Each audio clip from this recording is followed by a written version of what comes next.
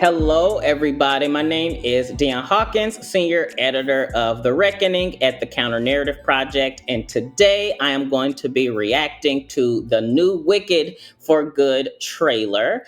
Just for context, too, I am a proud millennial, and if anyone kind of thinks back, I graduated in 2008, and so if any millennials out there, you can relate and remember how huge Wicked was back at that time. So I am very happy to review to this second iteration of the reboot or remake. All right, let's get into it.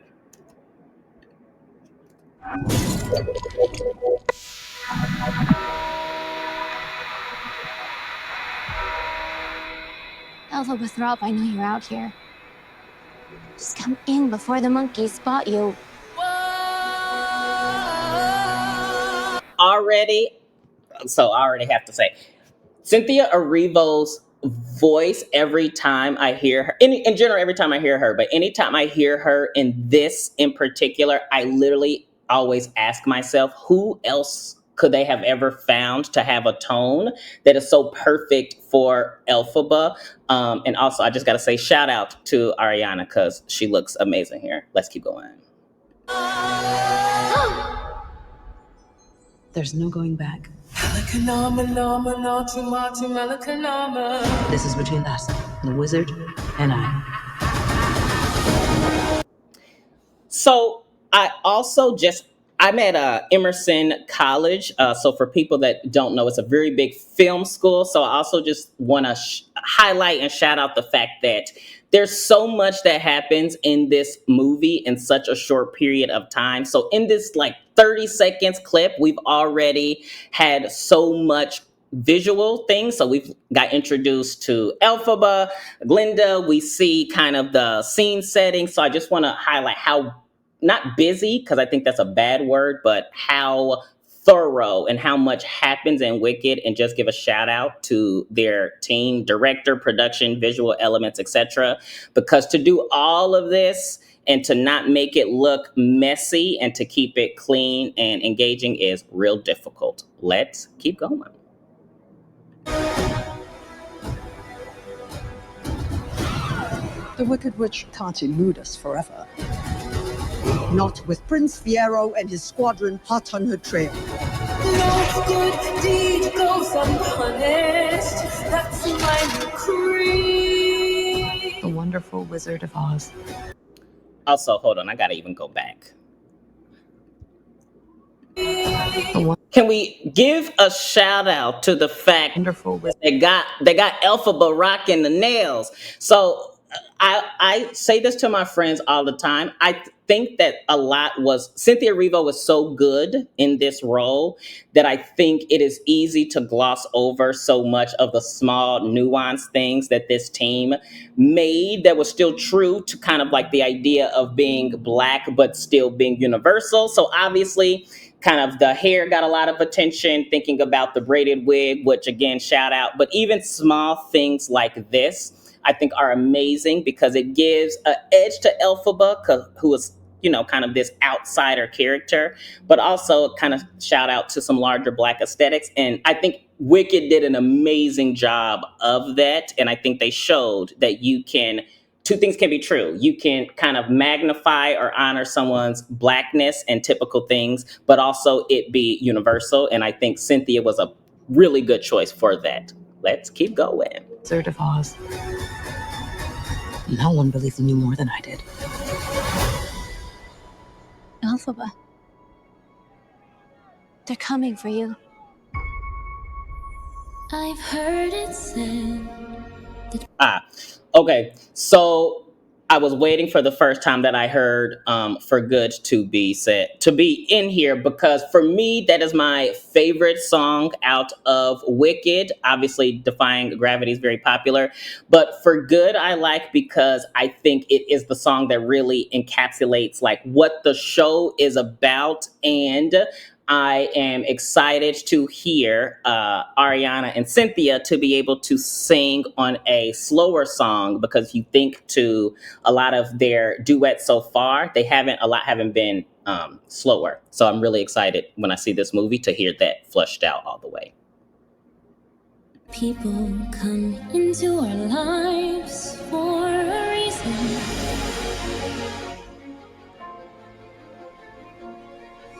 I know I'm who I am today, who I am. It's the wig for me. It's the wig for me. Shout out to the hair department. I know I'm who I am today because I knew you.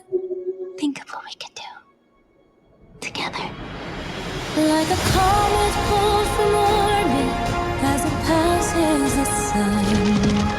Like a seed dropped by a I also want to say that, again, I've shouted out Cynthia Erivo's voice, but I also think it's important to give kudos to Ariana Grande. I'm also a huge Ariana fan, even in terms of pop, but I think for me here, again, it's the tone and realizing that she is honoring the musical theater element of it and not kind of turning it into a pop song, which she could easily do. I also want to say I think Wicked does an amazing job, almost like flawless, of introducing parts of a song that they know people like in the movie, but don't give them too much. So if you think back to the first trailer, for example, when we heard Cynthia hit the run at the end of Defying Gravity, we all were like, "Oh no, we need to go to the movies to see that in real time." My guess is people have a similar vibe or feeling when they hear For Good, especially if you think about it from Ariana's perspective. skybird in a distant world. Who can say?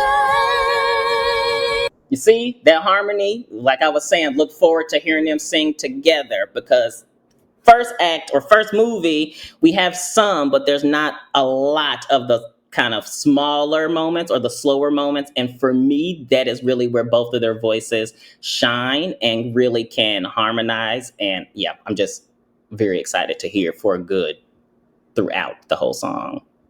Oh. Who can say? I haven't changed for the better. Bring me the broom of the Wicked Witch of the West. For a while there, I thought you changed. I have changed. It's time. And again, it's so much that is happening in this short amount of time. So again, every time I watch a movie that I know is like heavily animated, focused on illustrations, etc., I'll go back. I can't help but think about how much it had to take in order to get like this even like 10 seconds. So if I just play this 10 seconds from this scene, when the next scene where like we see people moving a lot, etc., think about how much animation, technology, etc., that is, because again, we're experiencing them as in real time or if they're real life, but we got to remember is that the set may be real, the people are real, but a lot of the other stuff, these people are imagining this. So they're like reacting to an imaginary world, which again, I think a lot of Hollywood is underrated for that because we think that they're seeing them, but a lot of these, they're not. It's green screen that they bring to life via their talent. For a while there, I thought you changed. I have changed. It's time. For both of us. To fly! Because I knew you. You're the only friend I ever had. Because I knew you. And I've had so many friends.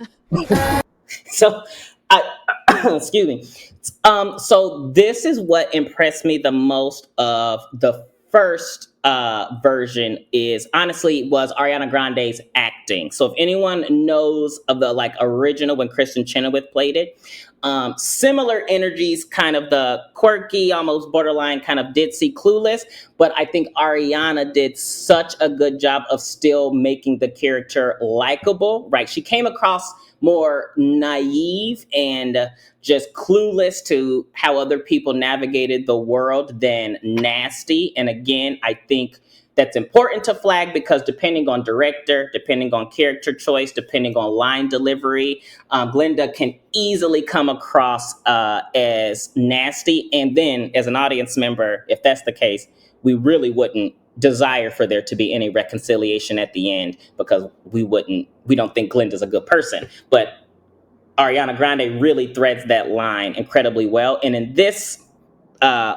line in particular, I think it's hilarious because they do a great job of constantly foiling kind of Elphaba's reality of being isolated and then Glinda's reality of being popular, but then again, the cluelessness of that.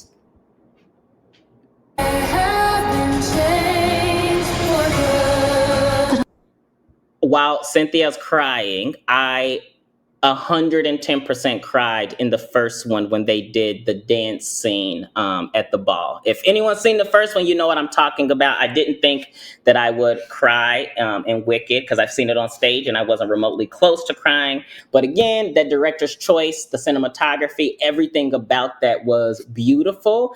And Cynthia and Ariana committed. And again, it's one of those amazing scenes where you see acting with no words, but it communicates everything that you need, and it does everything that you need it to do. And that is a testament to amazing actors and amazing, really everyone, whole production crew.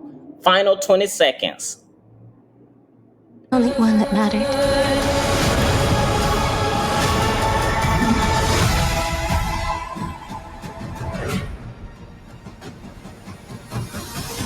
I'm off to see the wizard.